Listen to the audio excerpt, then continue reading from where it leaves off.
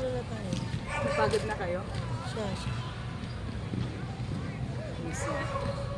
Kita naman ang cleavage. Di ba yan? Oo. Video pa lang eh. Tinatawag ko lang yun eh. So we're here.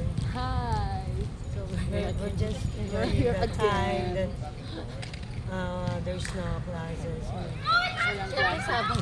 Walang klase kasi Sabado. Kaya enjoy ko lang. Oh. Diba? Nagulat kayo. Si Ma'am Cherry naglalakot siya. Si Ma'am Cherry, Lagi naglalakwat naman siya. naglalakwat yun, hindi na sinasabi sa inyo. Ganon. Minsan lang. Alam na. Nagpapaputi kaya lagi ako sa bahay. Char! Char, puti ka na girl. Hindi ang totoo niya. Tinanong ko pa yung Hindi ang totoo Ano niya. na isa? Pasimple yan. Hindi ang totoo niya. Kaya ako lagi sa bahay. Hindi nagpapaputi talaga. Wala talaga akong pera. Ganun ba yun? Ito ko na Yun naman. naman. Ha? Ganda. Pero sa totoo lang ganda talaga dito sa place mo, Mari. Maganda dito, halimbawa ayaw mo maglakad-lakad, magdala ka ng ano, Ganda ng place mo. picnic, Mari. ano yan tawag dito, mat. O di kwentuhan, dito na tayo mag-marites. Mag-exercise. Ang ganda talaga dito. O mag-yoga, may yoga area din. May basketball. Ang ganda dito talaga. Court. Relax, Napaka-relax. parang wala ka sa ano, Relaxing talaga parang siya. kala mo nasa malayong area ka na. Kompleto na siya.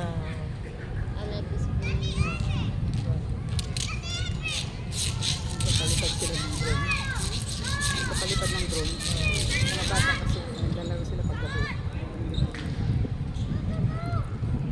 Nakakatuwa talaga yung oras na kasama natin ng mga beautiful co-master teacher. Next. Di ba?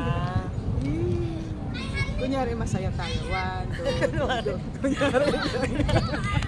Masaya talaga. Kunyari Kasi lang. Isa lang yung ganito. Sarap. Masaya talaga. Pag trinap mo yung picture. Ah. Kasi naman ganun-ganun ka sa isa. Ang akin ng dibdib naman ay lumuluwa. Oh. Buti na nga lang pinayagan ako nito. Kasi alam na kayo ang kasama ko. Stop muna natin.